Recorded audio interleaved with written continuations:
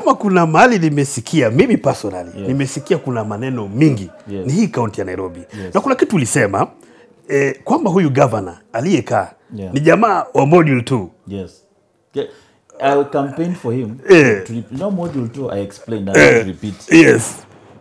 During our time, there is a way you joined university. You passed your KCP above C+. Then you join through the normal joint admission board. So anybody who did not go to university through JAB, it means he failed. Yes. Number one. He failed KCP, KCSE, and it means he never got a C+ and above. So number one, Sakaja must have gotten less than C+. So maybe D, ISO, those time. I don't know, but that could be his where he landed. Pale kwenye D. But it gives unasema hapo tu kwa in our time D was for danda. D for danda. So Sakaja ni mtu anachezea hapo madi. Anachezea tu hapo. Maembe hapo kidogo. Hapo ndio anachezea. Na the education system gives an opportunity to still access university through what I call backdoor. Yes. And put in quotes. And that's why they developed a Module 2 program. Yes. Module 2 program and those people who did not succeed to go to university through joint admission board. But they used, now you pay. Now, because you could not manage to perform well, so you are being punished for probably being not brilliant. Yes. You are being punished by paying. So you pay a lot. So Module 2 school fees is too much. So meaning maybe his parents were well off, so they say, okay, fine, let's pay for you. He joined Module 2. So he was representing his fellow. Okay. Do you think you're inachangia kwa uongozi wake hapa Nairobi? And also even before you answer I tended to think he's a sharp person. Initially, I had even thought that this could be a potential even president in this country. Like when he was a senator. He tended to. Yeah. But people who have worked closely with him, they told us, no, this person he does not have leadership skills. Yes. He has a lot of selfishness. Yes. He does not go with people. He wants to rule alone, blah, blah, blah. But because I've never worked closely, since I campaigned for him, I've never worked close to him. Yes. I only see him. Do you think his goose is cooked? Kwa sababu inakaa ni kama mambo yake inachemka huko Nairobi. Mambo yake imechemka because he lacks leadership skills. Completely. In fact, in my view, Sakaja is the worst governor of Nairobi. Not just governor of Nairobi, probably countrywide. You know, for you to show your leadership skills, it is during the time of disaster, not the time of comfort. When a disaster happens, is the time you have to flex your leadership muscles. And you show. This is the time Sakaja could have shown leadership. So it has failed. Is simply showing is a Cerelac baby who just got an opportunity. And you know, even the way he has come to leadership is more or less luck. You know, these people have come through luck. The like of Madividi was nominated. He was given a seat. He inherited a seat from the father. Inheritance. So, you know, inheritance, take it like it's a right. It's not like us who went to the people to seek for votes for ourselves. Yes. Mdawadi inherited a seat from his father. So if Mdawadi's father was alive, he'll not be an MP or a minister anyway. Sakaja was nominated. He never went to seek for votes like some of us. He doesn't know how it takes to seek a vote. He doesn't know. He doesn't know how to go in a strange environment, build a name, and the people know you. He doesn't know. He was nominated. In fact, he was not nominated. He nominated himself. Yeah. Because when he was the chairman of TNA, and he was a driver of this Ngenyi Kariuki after campus. So akamwambia weka kijana kapo ni endeshe. So I think Ngenyi Kariuki might have formed a party called TNA. Akamwambia weka kijana we driver kuwa chairman. You know, these parties that people form inside a car. You know hizo. Na akajipata chairman. Haya sasa somehow Uhuru could not agree with Gideon Moi in Kanu. So Uhuru dumped Kanu. Now akauliza ataenda wapi? He went to TNA, whether he bought or not we don't know. Then when he took TNA, he took with all the entire leadership, including that driver. So that's how Sakaja became the chairman of TNA, and later on, then now, being a chairman, you know you are in charge of taking a list to IBC. Yes. Then he put his name as number 1. So he Yes. nominated himself. He nominated himself. And then from the nomination, he came in. Do you know that Sakaja tried to come to even vie in my constituency? Because the father, I think he is a sub-out. Yeah. And they know he masquerade here as a lawyer. He's not. The father is a sub-out. Yes. And they're in my constituency. So he tried coming to mobilize wazee. Akaenda matanga moja, akatoa 20,000. Nikajua amekuja, nikaenda nikatoa 40. Gafunika. Matanga 2 matatu alitoroka. Walimwambia kijana atakuaibisha. Ulikuwa unakuja ukimvaa. Unakuja ukimvaa. Na kuna mtu atauliza so maybe. He came to Nairobi. Yes. Nairobi akajiingisha na hiyo. Akajiingiza. Sonko nini. They just went as a wave. Unajua Nairobi ni wave. Yes. So there is no way he has literally looked for votes. He doesn't know how to look for votes. And you see now the previous election, it was muddy. Yes. People, he gathered just come. People don't know him so well, and he didn't know how to campaign so well. Then Azimio thought, let's just give. Sakaja was given by Azimio. Azimio just voted for him. Yeah. So that's why he became a governor. He doesn't have leadership skills. He has failed in Nairobians. He is going to serve 1 term. I think he should be now start packing his office very well. And he has not even put credible leaders to help him manage Nairobi. Anacheza tu peke yake. Anacheza peke yake, and then he has not put his office in order. It looks like a business enterprise. It doesn't look like an office. Yeah. Mwesh, kuna hii maneno ya barabara. Imeleta tetesi sana. And I don't know what's your perspective on that. Ambapo unapata wamekuwa nasema kwamba sijui ni Kikuyu wanapatiwa more funds huku na huku na huku. I don't know what you think about that. Yeah, it's quite unfair. You know, I come from my constituency that does not have a road of bitumen standard. Yes. Since time immemorial. There is no road of tarmac that passes through Saboti constituency. So I've been writing letters to Murkomen. I've been meeting Murkomen in the office. In fact, the watchman and the gateman, they know me. Because I go there to ask for roads, my constituents. Previous government, I did the same. In parliament, I have written motions, I have written questions about Saboti roads. Now, it pains us to see that one constituency gets 1.4 billion allocation for maintenance.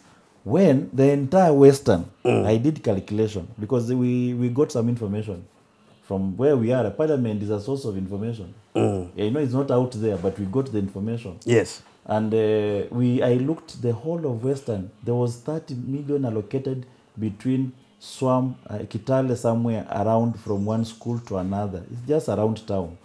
30 million, a very short place.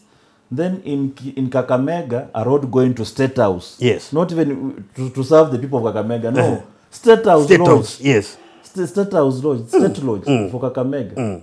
A road going inside the State Lodge, Kakamega. 20 million. Total 50. The entire Western region. But one constituency in Kikuyu get 1.4 billion. And if we shock to my face, because even some of the people from Kikuyu constituency are asking us, hizo barabara mmeweka 4 billion, sisi hatuzioni. So that tells you something. Maybe even those roads are not on the road. Those money is not on the road. Yeah. So where is it? The unfair allocation of money to roads. And I am going to do a statement in Parliament. Yes. To make it that the minister must have an equal allocation, just the way we have equal CDF allocation of roads the entire country. Wacha ya Saboti jengo ifike hapa. Next financial year ipick up from mbele, yeah. Ya Garissa ijengo ikifika hapa. Let's have an equal. Yes. Because there are economic activities taking place the entire country. Yes. So you cannot peg at there's economic activity. Hapa watu ni wengi, hapa ni hapana. Roads is an enabler. Roads, network, infrastructure is an enabler of productivity. Wow. So for us to be productive as a nation, yes, people roads and in equal, fair distribution. So that is something that we are going to work on it when we resume Bunge next month. Mwesh. Yes. Kwa hivyo sai tujue kwamba tide inakuja. Magoma inakuja. Na inaongozwa na wewe ukiwa pale mbele. In fact, I'm the one going to lead it. Yes. Na Mwesh, kabla tumbelake sasa naona tumemaliza hiyo, nataka kidogo tuchangamke. Mwesh, kuna mtu pale mtaani, mwana sauti huru, anajiuliza, madam hivi, anajiuliza, Mwesh anakaa hivi, ameoa na familia, ama ndianze kutubu didi DM. Amekuuliza wewe? Lazima wanashangaa mimi na unajua. Anza na wewe. Anza kwanza kwako. Anza na mimi. Alafu tuone. Tuone ni vipi. Ngapi wamebaki? The progressive. Let's be progressive. Wesh, TikTok, social media, X. That is everything for the generation. Yes. If you watch the American election, you'll not see rallies. I don't know if you followed very carefully. You'll see Donald Trump addressing sizable number of people there. Biden is even worse. Yes. You can even address 10 people. You know, everything is going to be digital. You think that they're not following elections. They are, but they are following online. Yes. Online. Russia, you know, we've just said an election in Russia recently. Did you see any rally? As much as we are saying Putin is a dictator, but did you see any rally anyway for the other members of parliament? No rally. Yes. It is digital. So, technology is the future. Yes. Of even election. People are not even going to rallies. People are just going to... I was meeting the ambassador of Finland the other day, and he told me a young man in the Finnish parliament is elected courtesy of TikTok. He was so much on TikTok. He was liked on TikTok. He was famous, more or less like this Brian, the late Brian. Yes. He was so much on TikTok. Yes. So you can just say somebody like Brian, and then you are elected in the bunge to represent you know, the youth or something like that. So TikTok, social media, digital. Yes. This is now where the world is going. Yes. Whether you like it or not, you must be digital. You must be on TikTok. If you are a serious leader and you are not on X, then jiweke X kwanza. Wewe mwenyewe. Official yako ya TikTok ni gani? Official handle. Yeah. At Honorable Caleb. At Honorable Caleb. Yeah. Na Just pale, my name. Yes. Yeah. Pale kunafanya mambo. I'm not so much because it's once in a while. Okay. And you see TikTok also, social media is funny because the more you are funny and strange, the more people follow you. Yes. I don't want to be that leader. Yes. So you will see that if you do vituko kama za mheshimiwa fulani, I Yes. want to say Unataka kumtaja, tunamjua tu. Tunamjua. Lakini ukipost hapo kama umefanya umejenga class, hakuna mtu atakufuata. Hakuna mtu atakufuata. So they want to see you doing vitu mbaya bas. Now they'll be following you. Mwesh, nilisikia ukisema ulikuwa kuna mali uliguzia mpira. What's your favorite team? Manu. Wewe ni mtu ya Manu. Pole lakini ni Manu. Mimi ni mtu ya Liverpool. Kinaona. That's why I apologize. Hiyo ndio Liverpool watu wa kuku tu. Yes. What's your favorite song? Kuna mtu anasema pengine mheshimiwa apigi dance huyu. Yeah. I tried to live like Dube na kina ipotei. Unapenda like When I was young, I was growing up, I used to listen to like Dube a lot. And because he sang message, strong message. Yes. Which is still alive even today. Yes. And he died of the crimes he used to sing against.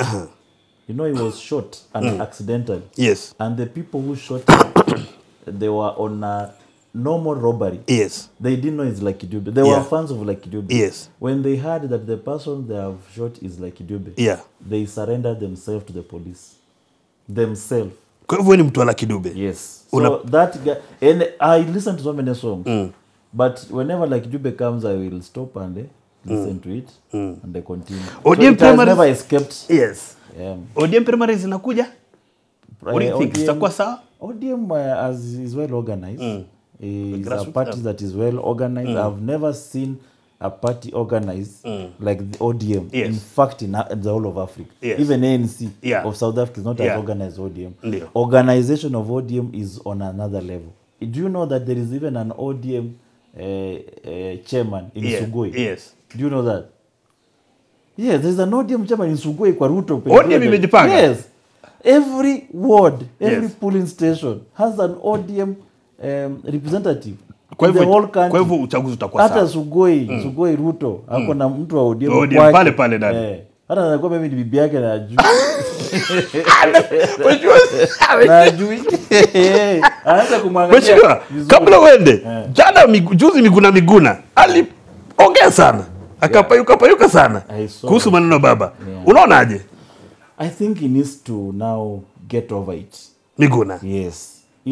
Hata si tulikasirika sana vile baba hajakuwa kishinda na anaachilia tu ni kama ataki. And then we are wondering what's wrong with baba. Hata hawezi pigania uongozi. Kwa nini inafika tu hivi tena anakaa tu asifu ataki? So people have learned to go over it. Yes. Na kujishughulika na mambo mengine. Wow. So I think his continuous bile and the venom on Raila's status is too high. Yes. Huwezi bomoa hata uongee, hata useme ameua mtu. Yes. Watu watakuwa na kucheka tu wewe mwenye umekufa utasema ati Raila ndiye alikuwa. So it is beyond Mheshimiwa destroy him. Mheshimiwa ulikuwa kidogo umepika sali, lakini naona ushaulizwa hapa. Kuna mtu ananiambia Eltezi wewe tunajua mambo yako. Lakini mheshimiwa kweli mheshimiwa tayari familia manini? Wanasema useme uko na familia. Uko na familia. Uko na familia bana. Nimejipanga. Umejipanga? Nimejipanga bana. Ladies and gentlemen, thank you for watching Sauti Huru on Azimio TV. Make sure that you turn on the notification bell so that anytime we upload a new video, you can get it live and direct. This was a fantastic day. I'm telling you guys, niko na Honorable Caleb mwenye hapa ndani ya nyumba. Na tutakuja na tena na siku moja tukae chini tuongee mambo zingine zaidi. Mheshimiwa, congratulations. Asante. On your work. Thank you. Asante sana.